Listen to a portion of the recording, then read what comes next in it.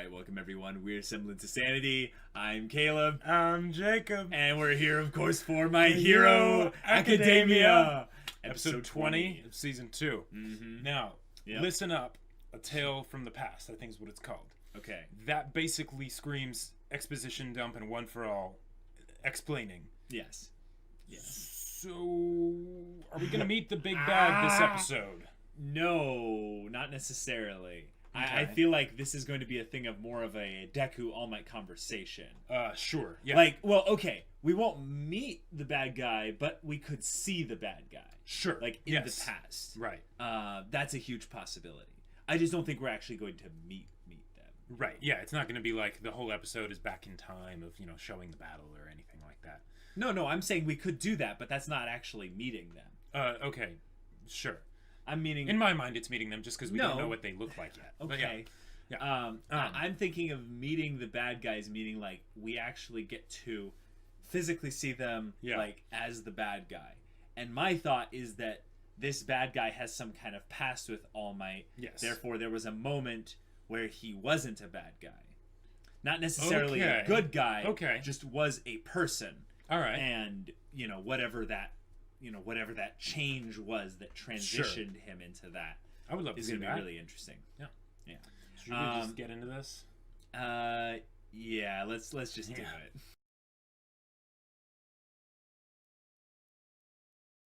Okay. All right. You're right. We're meeting him. Oh my gosh. Okay, so let's make sure we have this both, like we both have this accurate, right? So, just so we're clear.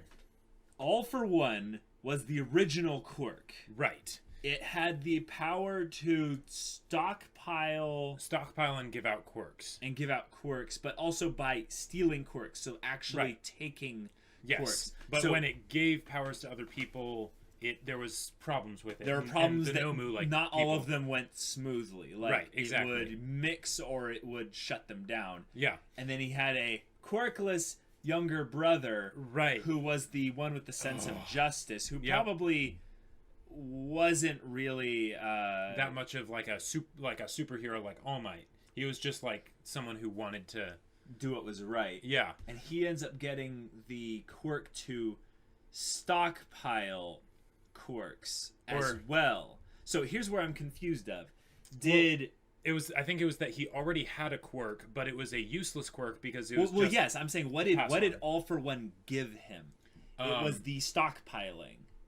But the thing is I'm getting the vibe that All for One still has the stockpiling. So they both have it. So he's actually like giving pieces of quirks. Sure. So and is there One for All basically was a combination that was made from giving a splinter of it to his younger brother. Right. So it mixed with his current quirk, which was the ability to pass on quirks. Right. So here's the thing that's interesting. Mm-hmm. All for One is as old or older, and this is the vibe I was getting, than the original holder of One for All. Because you were like, that's All Might's older brother. I'm like, right, yeah. No, that was not at dumb. all. No, but it's the original One for All holder. Yeah, of course it could. But that was 9 people ago. Right. 9. Yeah. That means All for One is ancient. At the very least, he's 200 years old, I would say. Yeah. At the very least. Yeah, because like, okay. I'd say that's probably pretty close though. It's probably somewhere between like 200 and 300 because I would say also it's not really important how old he is, but the idea is that he should have died a long time ago. Yes. Just of old age. Right. But yeah. So how many quirks do you think he could have gained in centuries of time? It's gonna be something where it's irrelevant. He's basically Father from Fullmetal Alchemist at this point. He has everything. And he's basically a god. Yeah, but then how did All Might beat him? Maybe there's a degrading effect of having so many quirks even on him, but it's lessened so that it's not so much that he can pull. Maybe he can't pull them all out at once, or maybe if he does pull them all out at once, it greatly weakens him. Sure. Yeah, I could see that. So he still needs people and minions, essentially, to help him do the day-to-day stuff.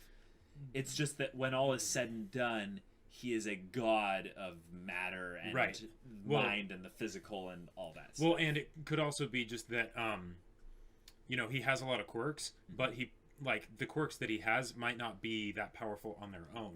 Because things like people like Todoroki or Endeavor or All Might, those are very much the exceptions, right? Oh, so because One for All has gotten stronger as it gets passed on, because All Might was the 8th one, right? He was the first one to be able to actually defeat the guy, but he still wasn't able to kill him. Oh, that's a good point. That means All for One's power gain is linear, but One for All's power gain is exponential. Sure. Because he's a multiplicative, duplicative effect going on top of the previous quirk holder, whereas All for One has a container, essentially, and his container is huge, but eventually it'll get full, and he'll have to, cycle out quirks he doesn't want. Maybe that's why the Nomus exist, is that he's like, all right, this is a useful quirk, I'll take it, and then I will be the vessel in which to transfer that. Sure. He's the funnel to transfer it to his minions. Well, but that means he would have a mentality judging people based on their quirks. It would create someone like Apocalypse from X-Men who just goes, oh, you just have a simple hardening quirk, Kirishima? Useless. Right. Or maybe he goes, actually, wait, Kirishima, hardening? What's the time limit on it? That could be helpful. And just takes it. Oh, passive that's terrifying. Invisibility, huh? Oh, invisibility and anything that mucks with time. Yeah. If you get anything that mucks with time, frick, if he had Shinso's quirk, oh my gosh. Yeah. Just Shinso and Invisible Girl, because then he could go around, people wouldn't even, they would just hear a whisper, and then they'd be like, huh, what was that? Is anyone there? And then suddenly they're his slave. Yeah. So, just the combination of those two alone is terrifying. The destiny of mankind will rest on the shoulders of making sure that Invisible Girl stays safe. Well, that's the other thing that's kind of funny. You notice that Invisible Girl was in the room when Aizawa did his, shut up! But she didn't become invisible. Become visible. Right. So I think the thing is that her quirk kind of protects her from light-related interactions and stuff. It changed her physically to be invisible, not something that she, turns on. So it's something say, kind of like how with Nomu, even when his quirks were taken away, he still was Nomu. Right. Now, here's one great question, though. Yeah. Could One for All be taken by All for One? Possibly. Oh, no. No, it can't, because they established that it can only be passed on. It can only be passed on, willingly. See, that's the thing. I don't... maybe that's why they were bringing that up, I don't think that it's a thing where he can do it quickly. So the idea is that he would have to beat All Might in a fight. And then, immobilize him and then, drain his blood drain him or something, and then it would work. But I could see it being a very terrifying thing where, in the early days of One for All, there was a very serious problem of hiding the One for All user from All for One, because it kept getting stronger. And maybe there were multiple generations where the One for All user had to hide. Oh, well, yeah. And couldn't actually fight against him because they just wasn't strong enough. So, do you think that the All for One guy knew about One for All, as soon as it was created? Or, or for the first few generations, he just didn't even know about it until one of them decided, okay, I think we're ready now. Yeah. Let's try and kill him. And it just didn't work. I'll bet you that they tried at least once, probably before All Might. Yeah, before All Might, way before All Might, the third wielder or something like that, and it didn't work. And what ended up happening was there was this chase or this hunt for One for All. That would be a very cool side story for them to tell at some point in the future. But for now, I think the thing is that One for All has been getting strong enough, or it was strong enough at one point in the past where All Might went and fought All for One. Yeah. He blew his head off. Yeah. If we saw that image correctly, there was a body. Yeah. And it was laid down on the ground, and the head was gone. All Might was on top of it, and blood was in a puddle everywhere. And I love that they did that, because if you think about the idea of if you ever had someone with, something like One for All or Superman or whatever, that is actually terrifying. It is. Because if they punch somebody, it's not going to be, oh, they punched them and they fall over or whatever. No, it's going to be they punch them and they explode. Yeah. Like, yeah. So, yeah. Yeah. So All Might in his prime was a force to be reckoned with. Yeah. He was. What did he say? It took him 300 punches, times, but it would have taken him 5. So we can extrapolate that he is about 80 times, or 60 times stronger than he is right now. Yeah. Wow. Okay. If he was 10 times stronger, I would be terrified. 60 times is God level strength. Right. So yeah, of course, All For One would have had a fight on his hands. And that's probably the reason why All For One, he probably didn't pick the fight. No, I bet All Might probably was going on an extermination mission. Yeah, he was maybe All For One was maybe like he was on the move. And he was doing things, trying to regain maybe control of Japan. So, that would actually be interesting. Let's say All For One hit his life limit. He couldn't extend his age for much longer, so he had to recline into the background, and over generations he kind of disappears. Sure. In that time, he's trying to find the right quirk that'll save his life and help him live on. All right. He finds it, and then over the course of time regains some of his youth and his vitality. Yeah. Then comes back, and around that time where he's coming back and he's starting to move into power and stuff, All Might is now finally ready. Or maybe the previous One For All holder tries and they have a good fight and they lose. Right. All Might is already passed on to or something, and then All Might goes in a vengeance thing, because they still haven't talked about the previous holder much more than seeing the back of her right there, and it was like, what's the story there? Right. So there's bits between Gran Torino, All Might, and the previous holder to where it's there's more stuff there, and that'll be interesting to see. But with right now, let's go over the episode before we go back to All For One and One For All and all that. So Midoriya showing off his new moves. Right, that was great. Sero having a chance for the spotlight after he got kind of shafted in the tournament. Yeah, I would say this will be an instance where they can show the other quirk holders, the other students in class 1A, how useful their quirks can be in very specific instances. Yeah. I really want to see the infinite utility of Momo's quirk in particular. We'll probably see that on the camping trip. Oh, that's true. If you're actually on a legit camping trip, it's probably going to be to a cabin, not tents and stuff like that. Yeah, but it's probably going to be because it's a training camp, lodge, not a camping, not just a camping trip. Right. Yeah. So if anything, this will be a more wilderness training lodge. With superheroes there. Yeah. And this will be cool. All kinds of instructors. I want a drill sergeant instructor. Yes. Someone that's not All Might enthusiastic and not Aizawa pessimistic, but enthusiastically pessimistic. I would say Ida's level of enthusiasm, but also Bakugo's level of just die. Yes, yes, exactly. Come on, you weaklings, let's go. That would be so funny and so offbeat. If Bakugo would be like, I love this guy, he'd be like, hey, screw you, go. He's like, don't you know who I am? And he'd have some crazy quirk. He's like, I don't care. That actually just made me think if for some reason Bakugo and Ida had to be team captains for something. Oh. And they both had their very different ways of motivating people. Oh, sure. That would be cool. But they're going to do some kind of test to determine whether or not they will actually make it. Right, because that's at the very end in the end credits scene. Right, because they basically have their final exam for the semester or whatever. Sure. And then there's going to be the practical part of the exam, which will probably be where the interesting stuff actually happens. Right. So we're gonna get some kind of 2v2 kind of something thing like they did in season 1, right? Yeah, it'll be interesting to see. What was the other bit this season? Everyone just kind of coming back from interns and just sort of talking about what happened. Because the episode was actually fairly short. Short. It had that decently length after credits scene.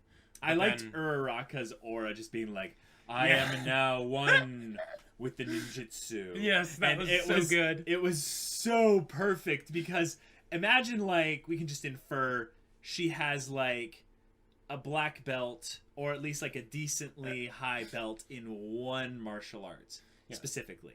I mean, it was only a week, but yeah. Oh, that's true. It was a week. But I mean, hell, this is anime. In a week, like, you can, like, get a foot taller and, you know... She could probably disarm someone, you know. It comes after her with a gun or a knife. Like the blonde girl in the thing with the phone, earphones and stuff like that. Yeah. I really think they're setting that up to be an actual thing. That would be really cool to see. Now, here's one question that I have. Okay, so All for One, taking quirks, basically turning someone into a god. Now, we saw a show where they had something exactly like that. Not handled well, but they did have it. Siler, but I was actually thinking of Peter's dad. Oh. So now the way they took care of that guy is they just brought in the Haitian and then shot him. Yeah. So they just... Aizawa walks in with a gun. Just a shotgun and kills just All for One. Kaboom. Like... So here's the part that's interesting. Aizawa can cancel anyone's quirk by looking at them, and until he blinks, their quirk is erased. Right. Does it work if they have 1,000 quirks? Does Aizawa's quirk have a limit if they... Like how many quirks he can erase at once? Right. Well, he was erasing... I think he was erasing all of the people at the USJ incident. Well, yes. I'm meaning, like, if he looked at you... and he can tell, okay, you have at least 5, like, surface quirks. He erases them all. Does he actually... know about the 995 other ones? Right. Does he actually have the capacity to access every quirk potentially in a human being? Right. I get him having the one quirk on everyone, and he could erase 1,000 people's quirks. Yeah. No limits. But if someone has multiple, would Aizawa's quirk have some issues? And that would be a fun writing way for them to say, this is why we haven't given Aizawa a sniper rifle and had him just go and hunt this guy. Right, because it's just someone he sees. Because then it would be really just see him easy. through the scope and just be like, I got... Maybe that's why he's actually staying hidden, because he knows about Aizawa. And he's like, no, I am not going anywhere out there until I have a no move go kill Aizawa, because... Oh... Like, that would be really cool if they got into that sort of tactical, like, setup of everything. And All for One is like, okay, there are these, like, 3 people I need to capture, and then these 2 people I need to kill before I can actually make my presence known. You know? Yeah, I could see him doing a leverage game where he still hides in the shadows and he uses these kids against All Might. Like, you know, basically, if All Might's specifically teaching at a school, it's putting a target on all the kids' backs. Absolutely. Completely. Yes. And if Aizawa is kind of a relatively unknown hero, maybe All for One does know about him, whereas most people don't, and All for One's kind of like, I don't need to confront All Might directly. Let's keep doing this via proxies. Let's wait until All Might's truly at his weakest. Yeah. Then I'll make my move. And I think that's what he's saying with this kind of this fake peace that you guys are enjoying so much. Just, you know, live it up because soon. Yeah. I think he's aware that All Might has passed on One for All because he's aware of probably the mechanics of the quirk. Sure. Which means he is on the lookout for who it is. And if Shigaraki is saying this kid is pissing me off, he probably knows that it's Deku. And then it's a thing of saying, all right, what's the best way I can leverage Deku against All Might? Because I don't think he would necessarily want to just kill Deku. I think he would want the quirk. Yeah, if he can steal it, And here's the other thing. What if All for One stole Aizawa's quirk? Because Aizawa could erase it, but only till he blinks. And if they just, like, held his eyes shut with a Nomu, he could take quirk erasing, which would also be a bit of an issue. Yeah, I feel like there's have any eyes right now. I feel like there's a reason why though he doesn't have all of his just ideal quirks. Like he doesn't have all of his ideal quirks, right? Okay. Because Kurogiri exists. Yeah, that is one of the most utilitarian quirks in existence. There is no reason to. I mean, maybe it's just that like he can't pin down Kurogiri. like Kurogiri's like, nope, just like, nope. You try it. I'm gone. I'm out of here. I will not help you guys again. In fact, I will start teleporting people to you, And Kurogiri and him have this very awkward working relationship where he's like, okay, you manage Shigaraki, and I won't unleash a complete idiot upon the world. I'll unleash a groomed idiot upon the world. He's like, we got a deal. This almost seems like that deleted scene from KOTOR 2 with Nihilus and Scion. Yes. Where it's like, I can consume all of existence, but I can't die. So it would seem we're at an impasse. Yeah. That's a good point, though, because I would assume that he has exactly the quirks that he wants right now. He is not physically capable right now of utilizing his full potential. Sure, yes. He is using this doctor, which we were right. There's a doctor. Yep. And it makes sense, actually. The doctor is not the one that's grooming these Nomu with DNA splicing and stuff. That's All For One. Yeah. But the doctor is actually there for All For One. Right. Because he still needs, like, actual physical help. Maybe this is what it is. So since we've established that the passing on of quirks and stuff and the storage of quirks takes a toll on the body and the mind, maybe it's something where he can't actually use the quirks himself properly because his body's in such a weakened state. So he has to use proxies, right? So he just collects them and then just gives them out, you know? Like I would say there's probably some of that, but wouldn't you say that you've kind of written yourself into a corner then in that regard? We are going to get a showdown with this All For One character. Absolutely. And at the very least, either All Yes. Might or Deku. Like one of them has to fight him. For sure. And it's going to be a showdown of the Sakuga of the century, but it's going to be amazing. If they made it to where he had 1,000 quirks and he boasted and bragged about how he could use them, but he really couldn't because here's what I'm saying. What if it was something where because of his fight with All Might, this is the way they can basically build up All Might's fight in his sacrifice, in the wound that he took, is that basically even though he was wounded and he didn't manage to kill the guy, he hurt him so badly that he now can't properly use his quirks. That's why he's hiding in the shadows. And now I would say that will eventually get exactly fixed, though. It's the ticking time bomb for when he is well enough to use his quirks, and then he won't need proxy. Well, you saw his head, right? Yeah, it was paste. Yes, it was paste. The way it was like it reminded me of flesh. It reminded me of a Nomu. Yeah. So I think that image we saw was his head literally exploded. Right. And he regenerated back from that. Yes. So I'm guessing that it took decades for him to regenerate back from that. Right, because he said if only we had gotten a super regeneration quirk 5 years earlier. Yeah. Wait a minute. I'm dumb. That 5 years ago was when the toxic chainsaw fight happened, quote unquote. Oh, gotcha. It wasn't that long ago. Dang it. I was really hoping for a thing where it's been a long time. Like, All Might fought him when he was young. Oh, sure. But with this being we don't the know case, how old All Might is, but yeah. Right, but with this being the case, if that's the timeline and he was 60 times stronger potentially 5 years ago, One For All is degrading alarmingly fast. Yes, although some of that 60 times could have been just from the wound itself, not the passage of time. True. Good point. So actually, that's a very good point. But that's a good point, Jacob. Now, does that mean so here's the thing though.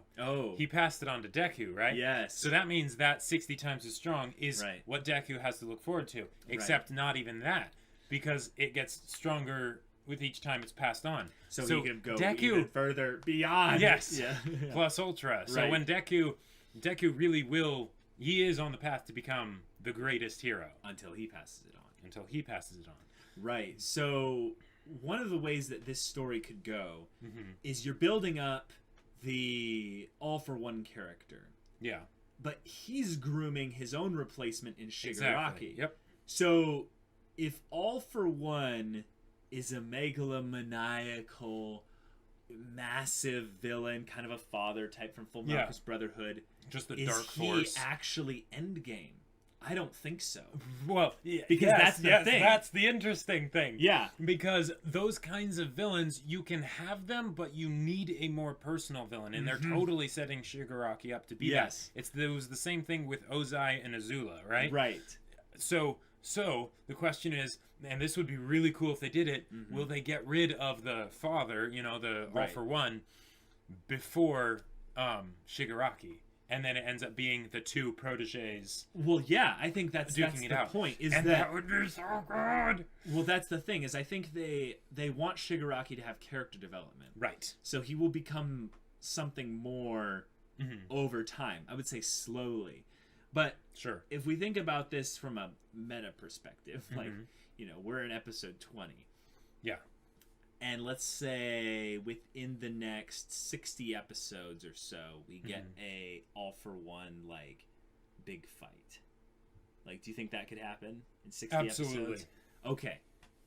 Yeah. I think that he's not going to make it all the way to endgame if this show is like what it seems like to be more of a yes. 100, 200, 300 episode type show.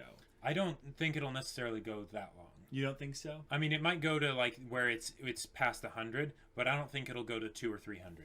Okay, I think they have a very clear story that they're wanting to tell with this. Now, especially now that they've shown the idea that you're destined to fight this guy.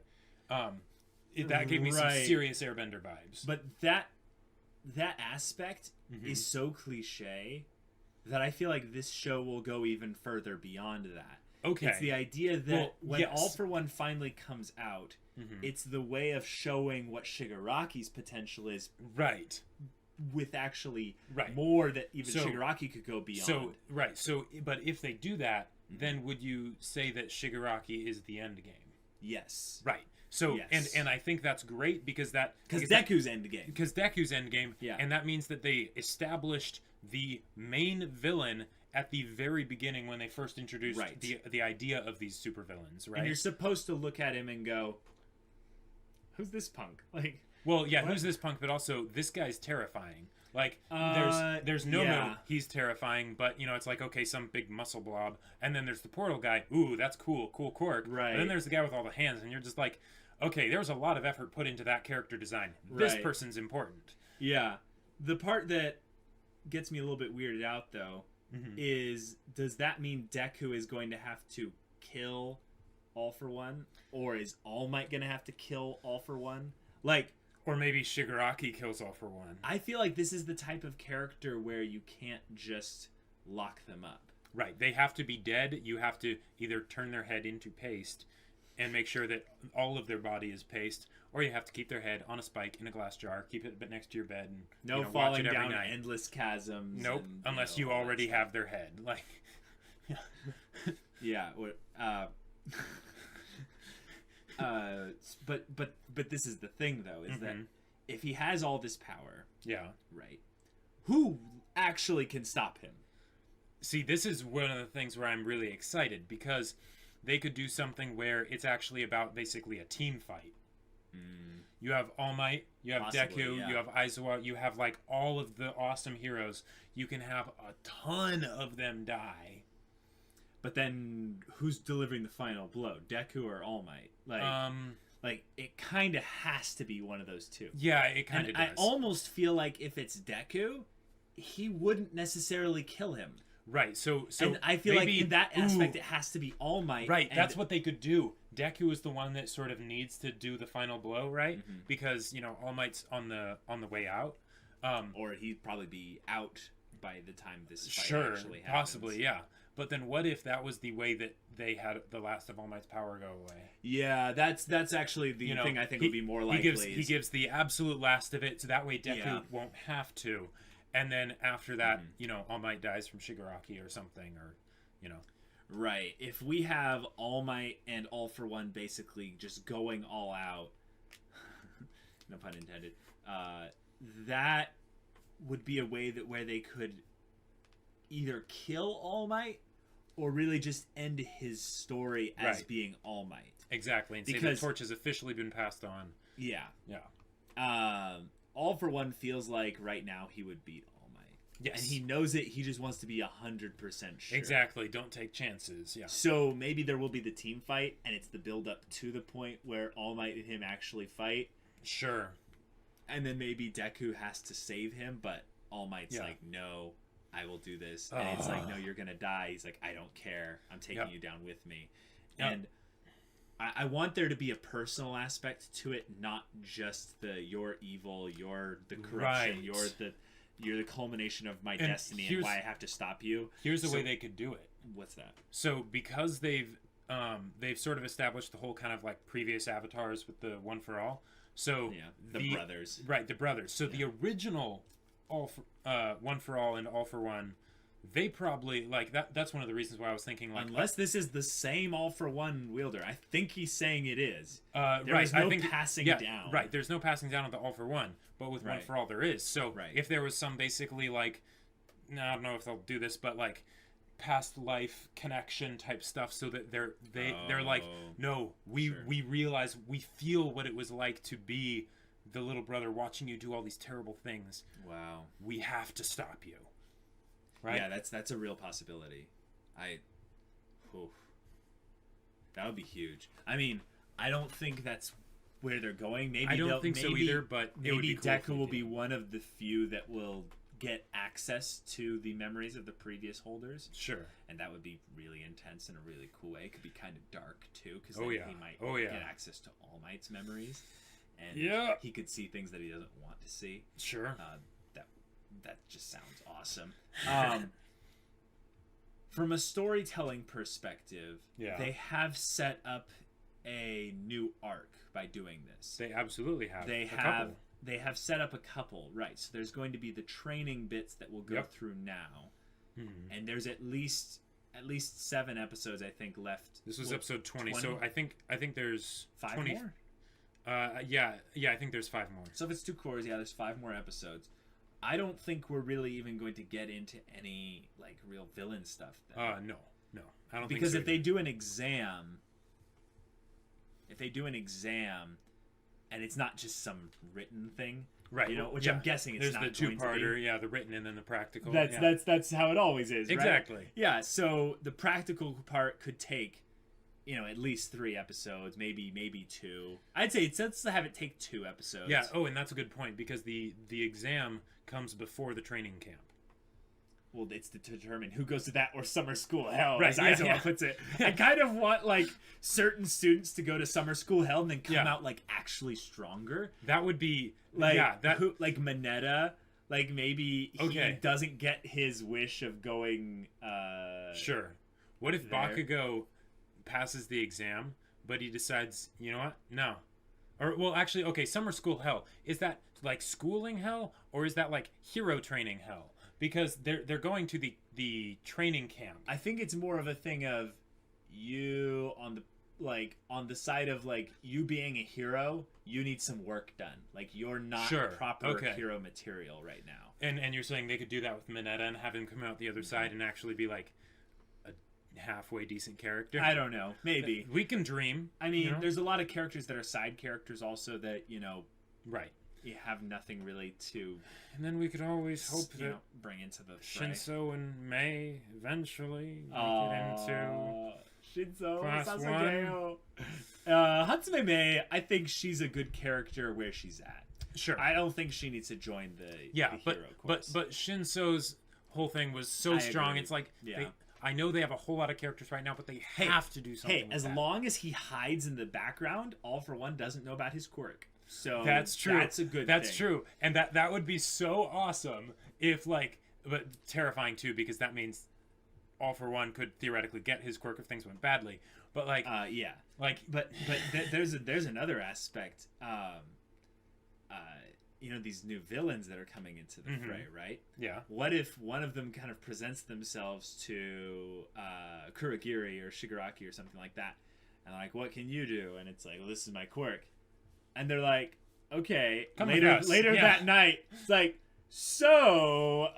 we have a quirk. And it's like, upgrade him to special class. Right, exactly. We have a very important person we'd like you to meet. And they have this very terrifying scene where they're like ushered in to meet the Grand and then Vizier. they just lock the door behind them. And you hear this screaming and stuff, and it's like, that would be great, because maybe that's one of the main reasons why he wants Shigaraki to become the symbol of evil or whatever, is so that they can get all these application forms. And it's like, Is this quirk worth it? Nah, let him keep it. Yeah, no, that one's too puny, too weak. No. Ooh. No, I'll bet you All cool. for One has an Amazon wish list of quirks. And he's like got like, you know, little secret like things put out in newspapers like special work, you know, if it's you my have this birthday quirk, gift to me. like, you know, I'll pay you like 5 million yen, you know, to come in here and I'll get you a job. And it's like it just takes them and you'll be working out of the country in like the jungles of Tanzania or something like that. The only thing with that is that he has to be very careful about it because he doesn't want anyone to ever find out his location. So you have to have like Kurogiri get them and then just like warp them to him. Sure. You know. Yeah, it would be a thing where they wouldn't want a paper trail or a money trail. Okay, here's an interesting question. Mm-hmm. If that's the case, because I think it would make sense that Kurogiri can port to All for One. Yes, but All for One might not tell him his location to Kurogiri because he considers Kurogiri a potential threat. And but that's something that I would love to see because Kurogiri, we don't exactly know why he's doing what he's doing. That's true. He seems kind of out of place. And he's putting up with a lot of crap from Shigaraki. Oh, I think he has at least the motivation to see that there's a goal in mind. Right. And this is the means to the end. But Kurogiri seems like one of those big loose ends, potentially, for All for One. Yeah. So, like, that, I mean, maybe it's just that thing of me wanting to see more, like, villains get developed and see if, that sort of contention between the villains, that conflict. But... Right. Once we get like far enough into the show to where Kurogiri is getting his own internal development side arc, that's when you know that the show has been going for maybe a bit too long, I would say. No, I'd say that's the point where you know, like, oh yeah, this is good. Because see, the problem usually is that when shows get going really long, they stop doing stuff like that. I agree. And if they can keep doing stuff like that, then more power to them. Yeah. The thing with all these villains getting brought in is I feel like half of them aren't going to make it another like 20 episodes. Like maybe another 50. Yeah. Maybe half in another 50 episodes. The point is that there's going to be constantly cool characters with cool designs rolling through. Right. Like Stain. Exactly. And they're not all going to stick around. Right. But the ones that they introduced at the very beginning will probably be around for a while. Yes. And yet we have to be on the lookout for people that can get brought in, like, kind of in the way Todoroki was kind of brought in season 2. Yes. Because Todoroki went from being a character with a cool design and OP power to being a more humanized design. Right. And then suddenly one of the biggest main side characters because of them all. Originally he looked like a Borg made out of ice. Like, he had a red eye and everything, and it just completely covered a side of his body. That's like... That's a bit of a difference. Right. You know, to where he is now. Yeah. Yeah. So now we have new characters being brought in from the villain side. And it's the question of, I would say... Are any of them going to become permanents? Are any of them going to become close to the level of Kurogiri? I would say, however close they get to Shigaraki in a positive way, that's good. That means that they're going to have more permanence. Yeah. So, All for One, relatively permanent for now. Kurogiri, relatively permanent. Yeah. And other than that, we don't know. Right. Like the scientist, the doctor guy. Well, yeah, but I would say he's not even a tertiary character. Right. We don't even know a name yet. Yeah. Just doctor, you know. Yeah. Does he have a quirk? Probably. What if his quirk is actually that he can, he can know the state of like DNA or blood or something like that? Because I think the Nomus were still genetically engineered to be like the super strong big monsters. Yeah, he probably had some part in that. Right, but then the actual quirks that they had were given to them by All for One. So yeah. But if Shigaraki is endgame, yes. All for One has to pass on his quirk. Right, and how that's going to work. But that means that he has to pass it on before he dies, right? Yes. But so if he doesn't have the thing that, you know, One for All has to where it passes on and it builds upon itself, he's basically, All for One is basically cultivating himself. Right. And Shigaraki, and he's like, I'm gonna make the perfect fusion baby of evil. Yep. He's just, I'm gonna shove all this together. But you know what's funny is that makes no sense. Right. From a villain motivational thing, why would he want to pass it on why to would someone he else? risk passing all this off to someone like Shigaraki? Does he Since- have a time limit like All Might? Exactly. Is he going Yes, to die? that is a great point. It's like, because, hey, we tried. You only have like 10 years, man. Right, because if he's been living since the first One for All holder, then, you know, he's a couple hundred years old or whatever. He has no reason to pass it on to someone else because he doesn't have to worry about that. Right. So either he has an ulterior motive and he's not actually wanting to pass it on to Shigaraki. Maybe. Or he sees himself as on the way out. Right. But I'm thinking that there's something else. Like, he's going to try and, like... No, like there's something else in and of itself. Like essence transfer. Like essence transfer from like Star Wars and stuff, where he's actually figuring out how to like combine himself with his own quirk, so that when he just shoves everything into Shigaraki, it's a thing of personality him actually going into it, and he will live on forever. Sure, and if they do that could make it doubly cool, because then when Deku finally is fighting Shigaraki slash All for One, it's really fighting both. It's really fighting both. Yeah, and that could make for some ways that he could basically appeal to Shigaraki, saying like, he's just using you. Like, why are you going wrong with it? And which could make this... you know what the foreshadowing is? Yep, exactly. Yeah, and by doing that, here, right? And by doing that, they're making it so that a battle with basically just an evil force, right, of destruction, would suddenly become very personal. Very personal. Guys, if we called it, like, whenever the manga ends, it was right here. Semblance of Sanity. We're probably totally off. We're probably totally wrong. But we're not wrong about the grooming aspect. Oh, yeah. And I know I'm not wrong about it being weird in terms of villain motivation. Oh, absolutely, yeah. There is something completely illogical to it, unless he has actually got... Like he's actually dying. He's on a time limit, yeah. Yep. Oh, but that would be so cool. That would be so cool. Oh, boy. Do you think that we're going to get any kind of, like, UA student-focused, jumping completely back to UA here, like UA student-focused development, like hardcore, like Todoroki, in anything in the next 5 episodes? Gotcha. Focused development. Yeah. No, but I think the training camp is going to be a place for them to spread it out onto a few of the people. Okay, so because instead of it being focused, they start off a couple like development arcs in these 5 episodes, and then they build onto them more so. Exactly. In the training because camp. like what was it? I don't know why this stood out to me, but when the earphone jack girl, I forget her name. Jiro? Yeah, Jiro. I think that's what it is. When she pokes Mineta in the eye, that was fantastic, by the way. I absolutely loved it.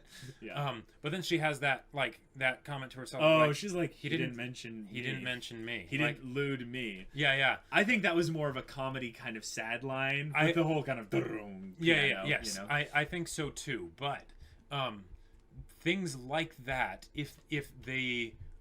if basically the creators decide to extend them and not have them just be a one-off sort of joke thing, right?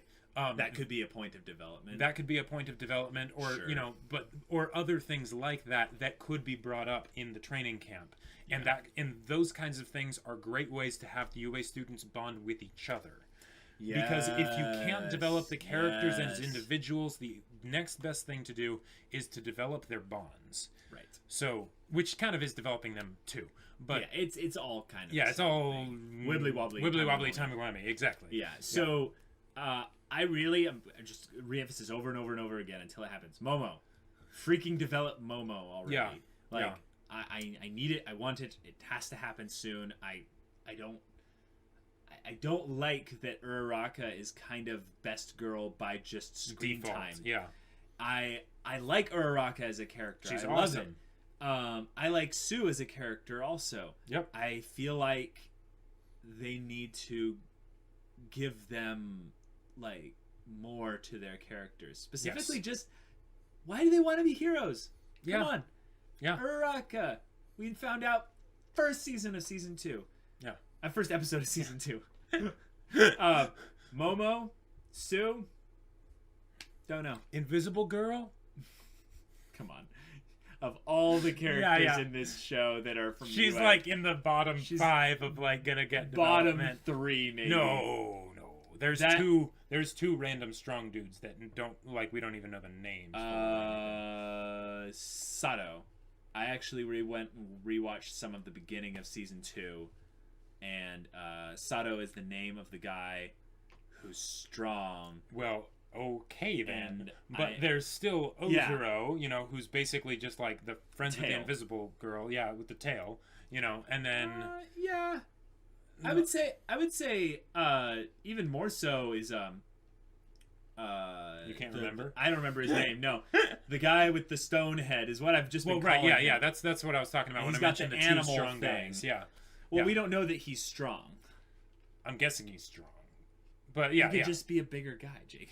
Doesn't mean he's strong. That's true. Yeah. No, the Sato guy, he is strong. Right. I think that's even his quirk or something like that. Yeah, probably. But they need to develop at least the characters that they've been giving enough time to have actual dialogue. Yes. Give them dialogue that kind of hints at things and makes us ask questions. Oh yeah, and Mina too. Yeah. Like we totally forgot she exists. I don't really care about Mina. I'm sorry. I don't either, but it's the dialogue that they've given her is we know it betrays that has no depth at this moment. Well, not necessarily just that she has no depth, but I don't think she really has a personality. With the other characters, I was being nice, but I would have said that too. Yeah. With the other characters, and this is one of the things that they're good at. They are good with using their time. So even if they don't give them a lot of development, they will at least make them make a strong enough and aggressive enough of an impression in order for us to understand, just get a general impression for the kind of person they are, right? The only thing I would say we know about Mina Ishido is that she's excited. Yes. She's loud, boisterous, and a little excited, but we don't know what about. Yeah. She's excited about things and... Right, and the thing is... you did a really good job at dodging! And the problem with that is that in something like anime where people tend to be very overly expressive, that's like searching for a needle in a haystack. Yeah. It doesn't show up. It feels a little bit fading into the unless it's something so like these Ida, criticisms are things that they could redeem in the next 5 episodes with very little effort. Mm-hmm. Because especially if it's a 2v2 type thing, sure, they could give a minute or 30 seconds even to each character. And maybe part of the exam is actually why did you choose to become a hero? Sure. And one of the ways that they might be able to do that even better than with like a 2v2 is what if they had some sort of just like general group exercise where they have to all be working together. That way they can all be there talking to each other. Yeah. Exactly. Yeah. That way you can basically have an excuse to have the characters talking with, right. Deku and Uraraka and Bakugo and Ida around. There's a trope that happens when you have a bunch of characters in a room. What you'll do is you'll basically continue a conversation where they each say one thing. That's their one thing that ties into their shtick. Yeah, exactly. Yeah. But the problem with that is I've noticed a lot of people saying things like, as expected of the number 2 hero, and I'm like, okay, we get it, but that's not a contribution. That's not a contribution. It's one of those things where they just say a thing. Like, Ida, when he speaks, he contributes almost every single time. Yep. Even if he's just being goofy. Right, because it is definitively Ida being goofy. Yes. Or if Ida were to say, as expected of the number 2 hero, that is definitively Ida saying that. Also, there would be some kind of motion with his hands where he'd go, as expected of the number 1 hero. Right. Yeah. And it would be followed up usually with something else as well. Right. And that's unfortunate that we can't get development for every character, but if you had to put 2 characters on your wish list... Let's say we can on my only wish list share... or my predictions No. list? Your wish list for development. Okay. So mine is Momo for first. What's your first one? Shinso. Okay, cool. Next one for me is probably let's go Stain. Yeah. I know it's not going to happen. That's my wish list, being like it's, I would rather have more Stain development, yes, than Sue development. Well, just shoot me. Okay. That's that. I was just thinking about the students. But, okay, let's do just the students. Then I'm going to go Momo and Sue. Okay, I'd say Shinso and Invisible Girl. Just because with the kind of character that the Invisible Girl is, I know that it's probably not going to happen, but that makes me hope that it happens even more. Yeah. That's cool. All right. Well, this has been a very long episode. We had a lot of fun doing it. So good. It was really good. Yeah. All right, guys. If you want to see the next episode right now, go check out the link in the description below for our Patreon. Get on early access, and that gives you also access to our Discord. Love to chat with you about anime and stuff and get to know you. All right. We'll see y'all later. But until then, we're Semblance of Sanity. I'm Caleb. I'm Jacob. And we'll see you all next time.